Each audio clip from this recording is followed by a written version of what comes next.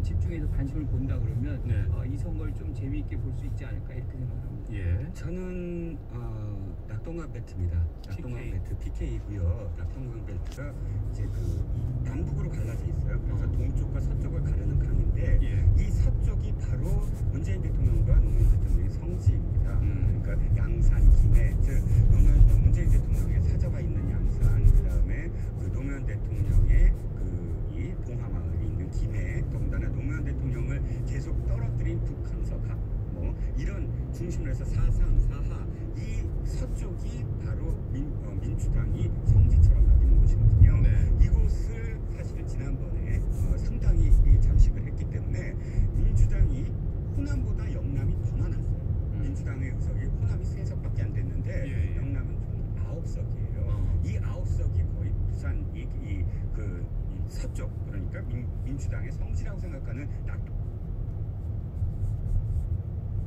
한석 포함해갖고 9석이 됐거든요. 네. 이번에 바로 그 지역을 만약에 통합당이 몇 석이라도 더 빼앗는다, 다시 탈환한다거나 혹은 빼앗는다면 어떤 의미에서는 민주당이 뭐 그 일당이 되더라도 예를 들어서 이 통합당보다 몇 석이라도 많아서 일당이 되더라도 뼈아픈 선거 결과가 될 것이다. 네. 그만큼 PK에 있어서 통합당이 그래서 이 낙동강 서쪽을 아주 집중적으로 공략하는 이유가 거기에 있거든요. 그러니까 특정 지역이 문제가 아니라 그 서쪽을 얼만큼 뭐 통합당 입장에서는 탈환하느냐 네. 이것이 굉장히 또 관심 지역이라고 할 수가 있겠습니다. 알겠습니다. 청취자 6663번님 대구 애청자입니다. 이번엔 제발 막말로 국가의 품격을 낮추는 사람들이 국회에 들어가는 일은 없었으면 좋겠습니다. 7095님 저는 오늘 마스크 2개 가지고 투표하러 왔습니다. 혹시 필요하신 분 있으시면 드리려고요.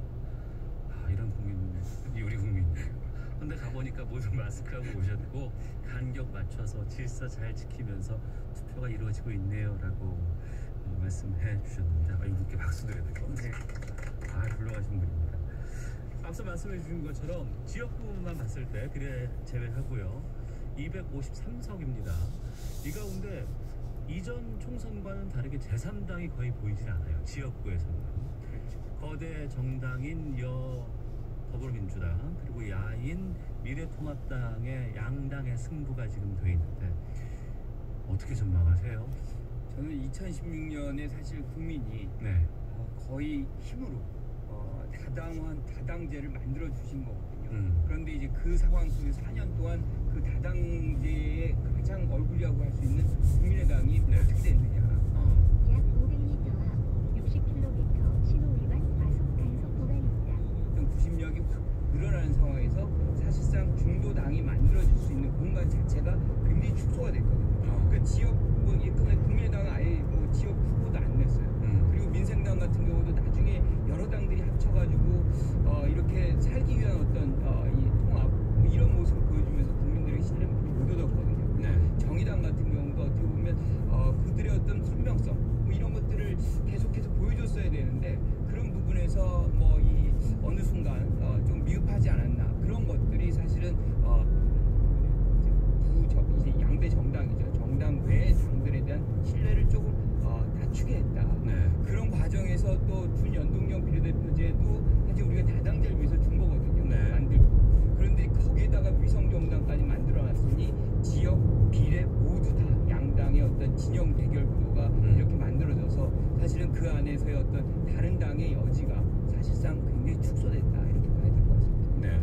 양당으로 몰리는 이런 분파 정치 때문에 희석화되고 또 버려져야 되는 것이 아까 말씀하셨던 다당제의 어떤 희망만이 아니라 지역 갈등 타파예요.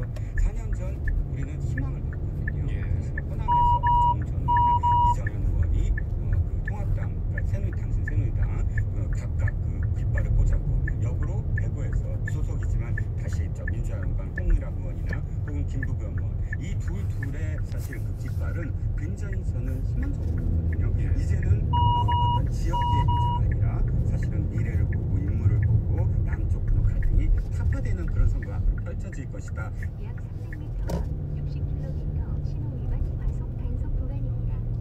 다시 퇴보하는 느낌입니다. 이번 선거 이후에 또다시 우리가 생각해야 될 건 지역 갈등을 없애는 그런 구도를 어떻게 만들까 그것도 굉장히 고민해야 되는 문제라고 봅니다. 네. 4+1 여기에서 이제 비례가 이제 정해졌고 이번에 비례대표가 반영이 된 겁니다. 준연동형 비례대표제. 이것은 거대 정당의 어떤 그 표를 좀 분산하고 또 소수 정당의 의석을 반영하기 위한 조치였지만 정작 본래 그런 취지는 사라지고 위성 정당, 비례 전문 정당이 상생하고 말았어요. 47석이라고 하지만 여기에 또 우리가 주는 의미도 있을 것 같습니다. 어떻게 보십니까? 그렇죠. 이게 우리가 준연동형 비례대표제를 하자는 거는 다당제를 하자는 것보다는 우리가 득표한 만큼 의석을 갖게 해서 우리의 어떤 이 투표가 직접적으로 제도권에 반영되는 것이 그렇게 반영되는. 안 그러면은 우리가 소선거구제에서 25%를 투표했는데 40% 이상의 의석을 가져가는 이 대표성의 문제 계속 제기가 됐거든요. 예. 그래서 이제 그런 문제를 해소시키자고 우리가 준연동형 비례대표를 했는데 사실은 47석 자체가 너무 작고 그것도 또 위성 정당이라는 걸 만들어가지고 양당이 47석을 독식을 하겠다고 서로 나누겠다고 이렇게 하는 것은 국민들이 원하는 어떻게 보면 비례성을 높이고 이 대표성을 높이려고 하는 그런 취지랑은 전혀 다른 것이고 이 부분은 저는 선거가 끝난 이후에 사실상 좀 심판을 해야 된다. 그러니까 사실은 어떻게 보면 투표로 심판을 해야 되는데 투표로 심판이 안 되고 있는 거예요. 왜냐하면 이 진영 자체 진영 논리로 지금 투표가 움직이고 있기 때문에 그래서 참 어려운 부분이다 이런 생각이 듭니다. 네. 그러나 지금 새롭게 이제 선출될 내일이면 선출될 국회의원들이 5월 30일 이후에 생각해야 될 건 뭐냐면 솔직해지자는 거예요. 뭐냐면 연동형 비례대표제가 그렇게 옳다면 국민들 앞에 무릎 꿇고 설득을 해야 돼요. 뭐 어떻게 설득을 해야 되면 진짜 연동형을 하려면 300이 없어야 되거든요.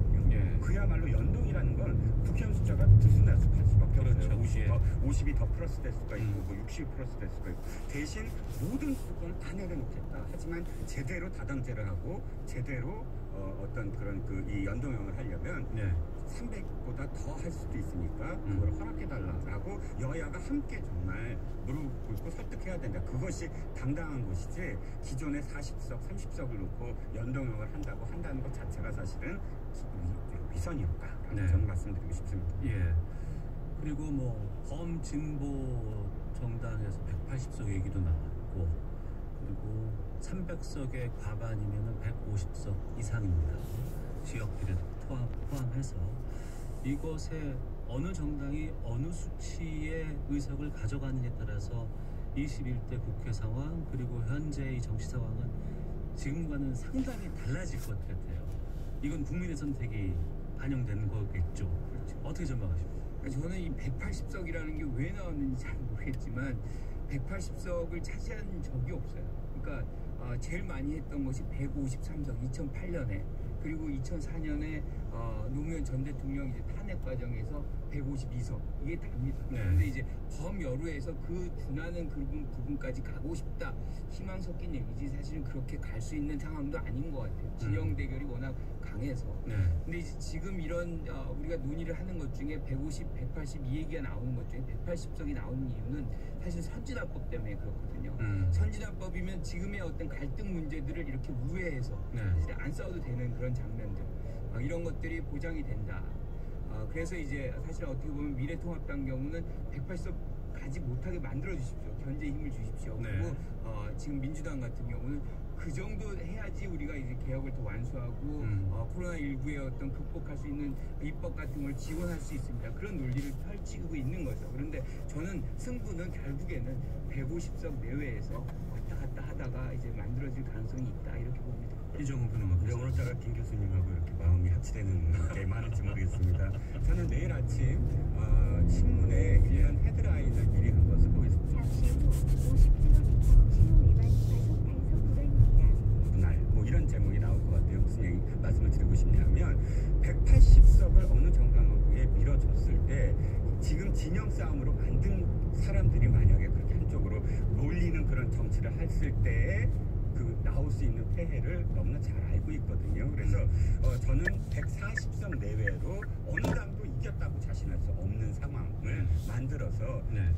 그렇게 해야만이 사실은 서로를 존중하고 서로를 인정하면서 정치를 할 수 있거든요. 그런데 지금의 만약 180석 이상을 만약 줬다, 그 다음부터는 정치는 이루어지지 않고 원사이드하게 자신들이 생각하는 방향대로만 갈 텐데, 그 방향이 사실 무조건 모든 것이 다 오를 수는 없거든요. 네. 그렇기 때문에 국민들은 대단히 현명할 거라고 생각합니다. 현명하실 거라고.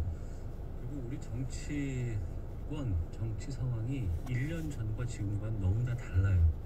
당명도 많이 바뀌기도 하고 또 변화도 많았고, 아마 4월 16일이 되면 또 여기에 대한 그 결과에 따라서 각 정당의 지금 대표들 아니면은 지도부들 여기가 또 교체가 된다고 책임을 진다, 이런 부분들도 있을 것 같습니다. 게다가 지금 다음 선거는 대선으로 이제 바로 가게 되거든요. 그 상황들에 대해서 좀 여쭤보고 전망해 보도록 하겠습니다. 김 교수님께서 먼저 말씀 주세요. 저는 뭐 이 총선이 끝나면 곧 대선 전국이다. 그러니까 우리가 2017년 5월 달에 문재인 대통령이 취임했잖아요. 근데 그때는 이제 뭐 예컨대 기간이 전혀 없었어요. 인수위라든가. 그러니까 우리가 이 선거를 치르려면 2022년 3월에 치러야 된다. 그러면 딱 2년도 안 남은 거예요. 그러니까 1년은 완전히 이제 선거철이라고 생각하고, 이번 하반기가 그나마 남아있는 문재인 대통령의 이제 집권 국정 운영기다. 그런데 문제는 총선이 끝나면은 사실 제일 먼저 관심 있어 하는 부분은 누가 다음 대선에 유력하냐. 결국에는 이제 레임덕이라는 거는 어떻게든 대통령제에서는 임기가 고정돼 있기 때문에 올 수밖에 없는 것이거든요. 그런 차원에서 본다면 저는 이제 후보군을 중심으로 해서 재편되고 당 내에서도 이제 경쟁 관계. 그러니까 지금은 당대당의 어떤 대결 경쟁이었다면, 그것이 끝난 이후로는 당 내부에서 누가 주도권을 갖고 누가 대표를 갖고 누가 이 후보에 가까이 가느냐, 그 게임을, 당내 게임을 아주 본격적으로 전개하기 시작할 것이다, 이렇게 생각합니다. 네. 우리나라 이 대선의 어떤 역사를 보면 자당에서 자당으로 넘어가는, 그러니까 그 같은 계열의 정당에서 대권 후보로 넘어가는 과정에서의 사실은 그 아픔이 굉장히 심각하더라. 예를 들자면 이명박 박근혜 그 과정 속에서 사실 굉장히 분열이 많았거든요. 네. 친이계와 친박계, 친이계 한번 학살하고 친박계 한번 흔히 학살하고, 말하는 개파 정치. 이런 것들이 굉장히 부각이 됐었고, 네. 또 거꾸로 민주당 계열도 사실은 마찬가지입니다. 민주당 계열에서 김대중 대통령에서 노무현 대통령으로 넘어가는 사이에 이 경선 중간에 불복하고 뛰쳐나와서 당 만들고 이인재 후보 같은 경우, 그 후유증이 나중에 그 후보 불복 사건, 1년 동안 후보가 이미 결정됐는데도 불복하고, 이런 그 아픔들이 있거든요.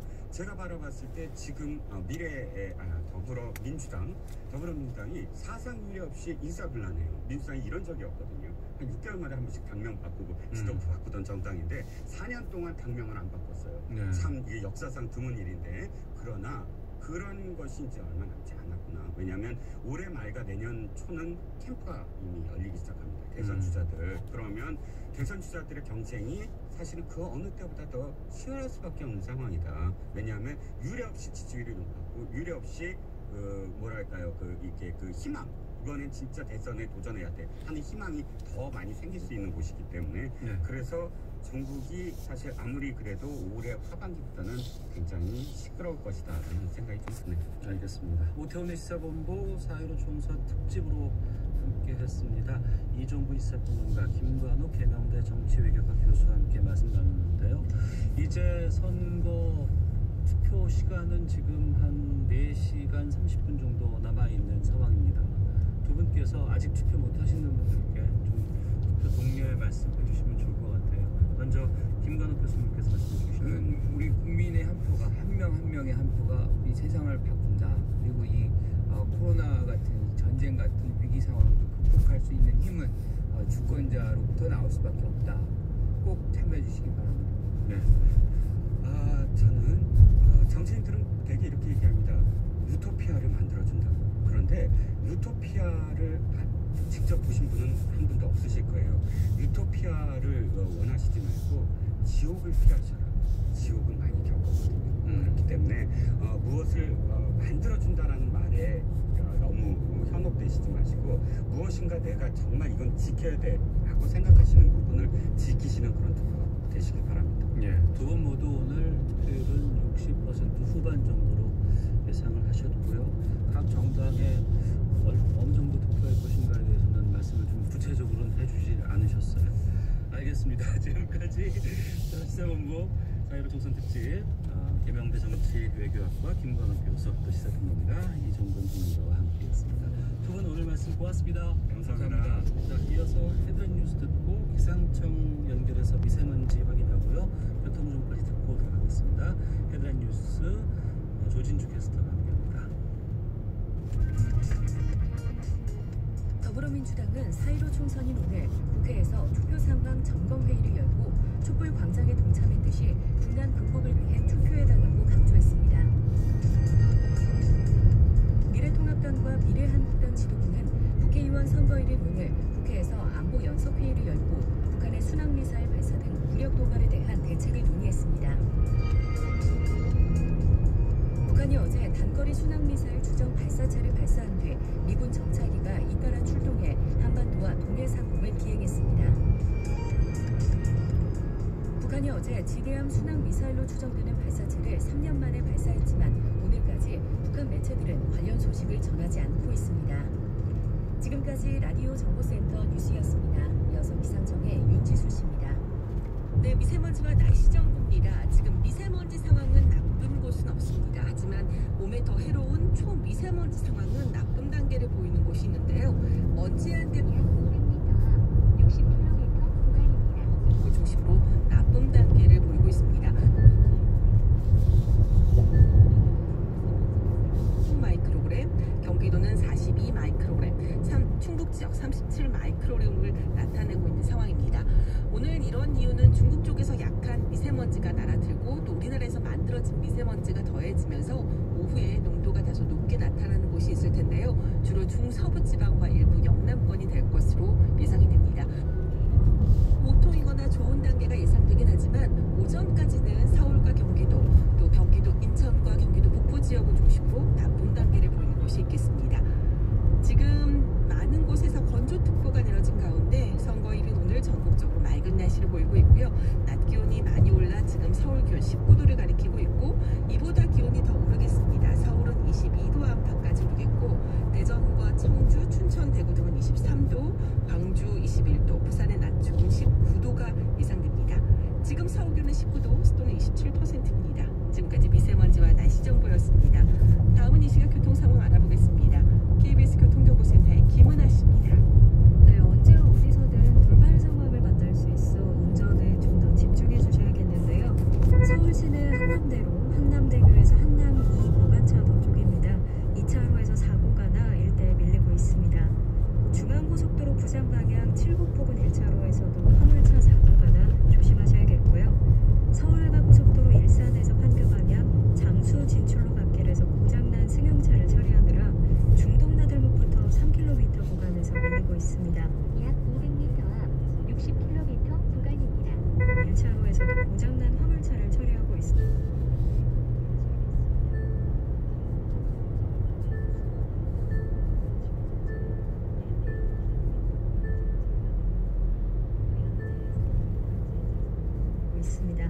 KBS 교통정보센터였습니다. 오태훈의 시사본부. 오태훈의 시사본부. 오태훈의 시사본부. 오태훈의 시사본부. 오태훈의 시사본부. 오태훈의 시사본부. 오태훈의 시사본부. 오태훈의 시사본부. 여러분은 지금 KBS 44기 성우들과 함께 본격 시사 토크쇼 오태훈의 시사본부를 듣고 계십니다. 오태훈의 시사본부 놓치지 않을 거예요. 네, 4.15 총선 특집 오태훈의 시사본부와 함께하는 지금 시각 1시 33분 지나고 있습니다. 다시 지역 현장 연결해 보겠습니다. 충청권 민심 확인할 수 있는 곳으로 청주로 가고 있는데요. 세종시 포함해서 대전, 충청 지역의 선거구가 모두 28곳입니다. 영남, 호남 쪽과는 달리 충청은 좀 속내 잘 드러내지 않는 부동층이 많아서 이런 스윙보터 역할을 해오던 지역으로 알려져 있는데 이번 선거는 어떨지 궁금합니다. 청주의 김도희 리포터 연결하겠습니다. 나와 계세요?